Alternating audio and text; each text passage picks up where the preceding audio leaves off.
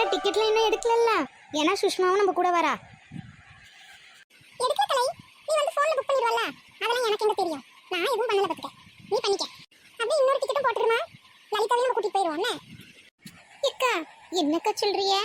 நான்லாம் வரலக்கா. சும்மா இரு வா, அப்ப இங்க தனியா இருப்பா. பிள்ளைங்களெல்லாம் இங்க விட்டு போறேன் பாத்துக்க. ராஜி இங்க இருக்கட்டு, அவளோட இருந்துருவா. நீ வா, நம்ம ரெண்டு பேரும் போயிட்டு வந்துருவோம். நீ அக்காளோட இருந்துக்க என்னமா, 3 நாள்ல வந்துருவோம். அம்மையை கூட்டிட்டு போயிட்டு வந்துடுறேன். சரி பெரியம்மா.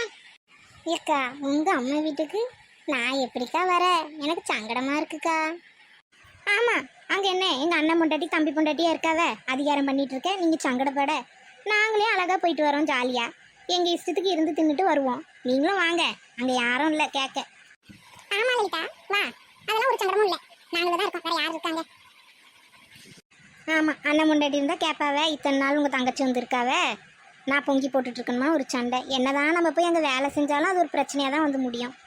இப்போ எங்கே யாரும் இல்லைன்னொன்னே எங்கள் இஷ்டத்துக்கு நாங்கள் போகிறோம் வாரோம். நீங்களும் வாங்கக்கா, நல்லா தான் இருக்கும், ஜாலியாக போயிட்டு வருவோம். ராஜி அம்மா போனால் இருந்துக்கிட்டியம்மா, போயிட்டு வரட்டும் அம்மா. ஆமாம்மா போயிட்டு வாங்க. நீங்கள் எங்கம்மா போறிய? ஜாலியாக இருந்துட்டு வாங்கம்மா, நான் அக்காவில் கூட இருந்துக்கிறேன். அப்போ என்ன, நான் அவளே பர்மிஷன் கொடுத்துட்டா, வா போயிட்டு வந்துடுவோம். அப்புறம் அக்கா 5000 ரூபாய் காசு வந்துச்சா உனக்கு? வந்துட்டுடி உங்கள் அக்கா, நீ ஏன் வச்சுக்க செலவுக்குனாவே. சரி ஊருக்கு தான் எடுத்துட்டு வரேன், ஏதாவது பிள்ளைங்களுக்கு வாங்கிட்டு வரலாம், நம்ம ஆசைப்பட்டதை வாங்கி சாப்பிடலாம்ல. அப்போ ஊர் செலவுக்கு அத்தான் காசு தரலையே உனக்கு? எம்மா அவைய தந்துருக்காவம்மா, இது என் செலவுக்கு சும்மா நான் எடுத்துட்டு வரேன் வச்சுக்கனாவே. சரி ஊருக்கு எடுத்துட்டு வருவோம், ஏதாவது ஆசைப்பட்டதை வாங்கிக்கலாம்ல, அதனால எடுத்துட்டு வரேன். அவைய தந்ததான் இருக்கு. சரி சரி பரவாயில்லக்கா, கொடுத்து வச்சவ தான் நீ. ஊர் செலவுக்கும் காசு வாங்கிட்டா, வந்த 5000 ரூபாயும் உன் செலவுக்கு தந்துட்டாவா அப்பா? உங்களுக்கு வரலையோ? வந்துட்டுக்கா. அது என்ன எங்கள் மாமியார் பேரில் தானே வரும், அவைய எடுத்துக்கிட்டாவ. 2 ரேஷன் கார்டு இருந்தாவது என் பேரில் போட்டு 1 எடுத்துருக்கலாம். இப்போ எல்லாம் அவிகளுக்கு தானக்கா கிடைக்குது, எனக்கு எங்கே வருது? இருந்தால் மட்டும் அப்படியே தந்துடும் போ. அது என்னமோ கரெக்டு தான், ஏதாவது ஒரு சாக்க சொல்லி அதையும் பிடுங்கிடுவா அவிய. என்ன புது பொண்ணு எப்படி இருக்கா? இருந்துட்டு வர சொன்னா வரவே இல்லை. அது எங்கே அனுப்புது, வெளியே அனுப்ப மாட்டேங்குது. ஆமாக்கா, இன்னைக்கு அவிய தங்கச்சி வீட்டில் விருந்து கூப்பிட்டாவ, இவ போகமாட்டேன்னிட்டா. போகமாட்டேன்ட்டு ஒரே பிரச்சனை. இப்போ கிளம்பி ஊருக்கு வரணும்னா இதுதான் சாக்குன்னு தப்பிச்சு ஓடி வந்துட்டோம் பார்த்துக்க. மாமியார் எப்படி இவ்வளவு விட்டாவே? அது ஏன் கேட்கா, எங்கள் மாமியார் கையெடுத்து கும்பிடாத குறையே இவ போட்டுங்க, அவ வீட்டை விட்டு போ, எப்படியாச்சும் அவளை கூட்டிகிட்டு போயிருமா கெஞ்சிராவ. என்னடி சொல்றா, உங்க மாமியார் கெஞ்சிராவளா? ஆமாக்கா, போன வாட்டி ஊருக்கு போயிட்டு வந்தோம்ல, விட்டுட்டு கதற விட்டுட்டா எங்கள் மாமியாரை. அந்த பயம் இன்னும் தெரியல. எங்கடா நான் போயிட்டா இவகிட்ட தனியாக மாட்டிட்டு முழிக்கணுமேனு பயந்து போய் நீ ஊருக்கே கூட்டிகிட்டு போயிருந்துட்டாவ. போ, நல்ல மருமக தான் வாச்சிட்டு போ உங்க மாமியாருக்கு. இங்கே கூப்பிட்டா அனுப்ப மாட்டேங்குது, அது சொந்தக்காரங்க வீட்டுக்கு மட்டும் நான் போகணுமா? அதுக்கு தான் நான் போக மாட்டேன்னு சொல்லிச்சு. நல்லா பேசுறாக்கா, இவகிட்ட பேச நேரம் போகிறதே தெரியல. பார்த்தீங்களாக்கா சொல்கிறோம், ஆனால் இப்படி தான்க்கா இருக்கணும். மாமியாராக இருந்தாலும் தட்டி கேட்கணும் பார்த்துக்க. முதல்ல இடம் கொடுத்துட்டோன்னா அப்புறம் நம்மளால ஒன்றும் பேச முடிய மாட்டேங்குது. காலத்துக்கும் அடிமையாக தானக்கா இருக்கும்.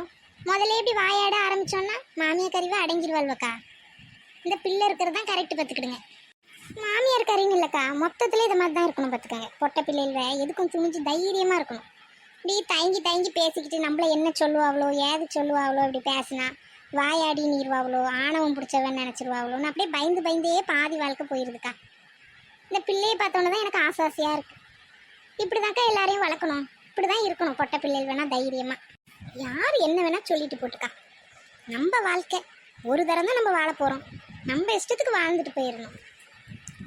இந்த உலகத்துக்கு பயந்து பயந்தேக்கா பாதி வாழ்க்கை வீணாக போயிடுது. அவிய என்ன சொல்லுவாங்களோ, இவிய தப்பாக நினைப்பாவளோ, அவிய நம்மளை குறை சொல்லிடுவாங்களோன்னே போயிடுது பார்த்துக்கங்க. ஒரு உடம்பு சரியில்லைன்னா கூட வீட்டில் நிம்மதியாக படுக்க முடியாது பாருங்க. அந்த ஃபங்க்ஷனுக்கு போனோம்னால இன்னைக்கு போகலன்னா அவிய தப்பாக சொல்லுவாங்க, தப்பாக பேசுவாங்க, ஆவரல் சொல்லுவாங்க. இப்படியே தான் இப்படியே இருந்து இருந்து நம்ம அடிமையாகவே தான் இன்னும் இருந்துட்டு இருக்கோம் பார்த்துக்கங்க. பேசுறதெல்லாம் பேசுறாவ, பொம்பளை வண்டி ஓட்டுறாவ, லாரி கூட ஓட்டியாச்சு. இன்னும் வீட்டில் இருக்கிற பொம்பளைங்க அடிமையாக தான் இருக்காவக்கா. ஆம்பளை மட்டும் நம்ம குறை சொல்லக்கூடாதுக்கா, ஆம்பளை கூட பரவாயில்ல தான் பார்த்துக்கங்க. இந்த பொம்பளையில தான் பொம்பளையை அடிமையாக்கியே உட்கார வச்சிருக்காங்க. நாத்தனாரை பற்றி குறை சொல்லிக்கிட்டு, மருமகளை பற்றி குறை சொல்லிட்டு, மாமியாரை பற்றி குறை சொல்லிட்டு, இப்படி தான் இந்த உலகமே போயிட்டுருக்கு.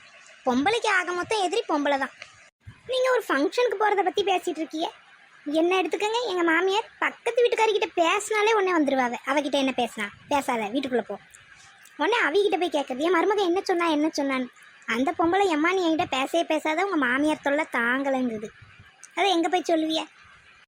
ஏதோ இப்போ சுஷ்மா வந்தோன்னு தான் என் வாழ்க்கை கொஞ்சம் நிம்மதியாக இருக்குது. மூச்சு முட்டாமல் அவகிட்ட பேசிகிட்டு இருக்கேன். அது எங்கள் மாமியாருக்கு பொறுக்காம அவளை வேறு தண்ணி கொடுத்து அனுப்பணுன்ட்டு நடுவில். அதுக்கப்புறம் நானும் தண்ணி கொடுத்துன்னு போவேன்னு ஆர்ப்பாட்டம் பண்ணியில் அவளை உட்கார வச்சுருக்கேன் வீட்டுக்குள்ளே.